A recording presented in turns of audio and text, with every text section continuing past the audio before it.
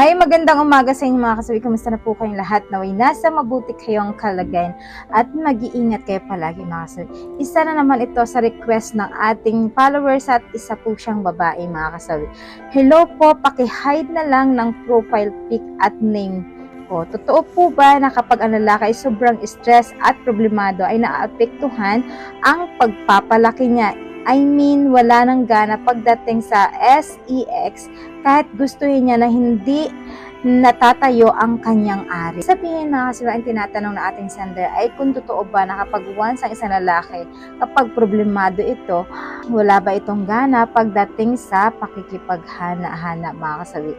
Yes, mga kasawi, ang sagot ko dito. Alam niyo ba ang mga kalalakihan, may mga posibilidad na kapag ito ay sobrang depression, ayan mga kasawi, kapag ang isang lalaki ay sobrang nade-depress mga kasawi, ito alam mo ba, bumababa ang kanilang chance na makikipaghana-hana or gana, ayan mga kasawi, sa isang babae.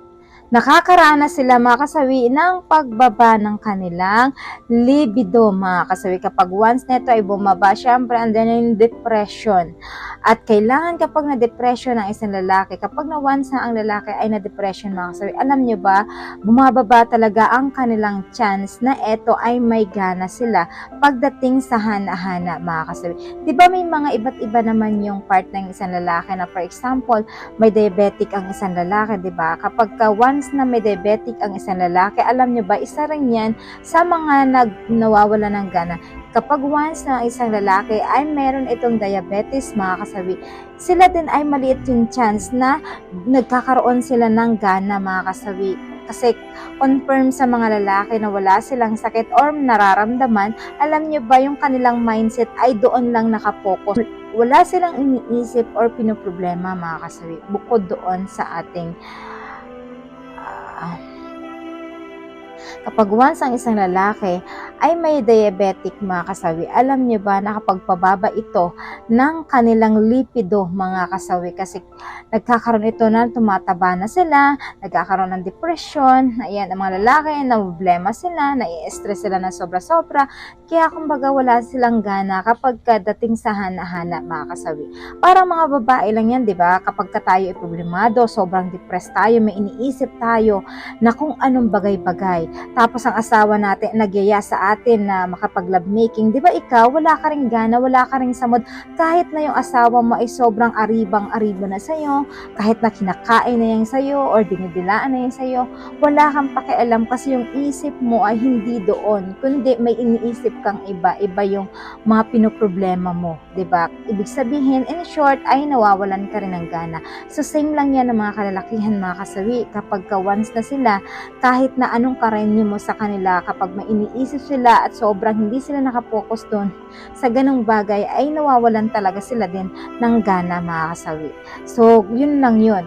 Kapag ganito ang asawa mo mga kasawi sa ating sender, naway bigyan mo ng oras at panahon ang asawa mo na makapagsalita. Kailangan mas maganda na talaga tanungin nyo ang bawat isa kung bakit siya ganito para sa'yo.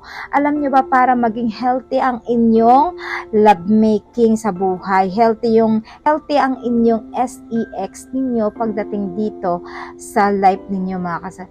Maganda yung lifestyle na healthy pagdating sa sex mga kasawi. Kasi syempre may iba yun na idudulot nun. Kaya mas maganda na pag-usapan ninyong mag-asawa. Huwag nyo nang palalain pa or pagdudahan ng inyong asawa. Kasi nga may mga ganito talaga na may posibilidad na maaring mawawalan siya ng gana kapag nasobrahan ng depresyon ang asawa ninyo. Ops, eto naman yung isang side mga kasawi. Depende naman yun sa mga lalaki ulit. Siyempre malalaman nyo ulit yan sa isang lalaki kung talaga ba ang lalaki ay ganito yung kanyang nararamdaman. Pero kung ang lalaki talaga ay walang nararamdaman, tapos kapag ito ay niyaya mo, tapos hindi ka at tinanggihan ka at naiinis ito or sinisipa ka pa niya, minumura ka pa niya, pinapagalitan ka pa niya, ibig sabihin yan mga kasawi, hindi yan depression or may sakit siya. So ibig sabihin baka meron ng babae ang asawa mo. Ayan ha, depende yun sa inuugali ng asawa mo. Kailangan ikaw ang makasagot nito dahil ikaw yung nakakasama niya. So kapag kami ganito mga kasawi na ikaw ay nakakaramdam na, mas magandang tanungin mo ang iyong asawa para naman parehas at malaman nyo parehas na malaman mo ang iyong asawa ay may kakaiba ng kinikilos o nararamdaman.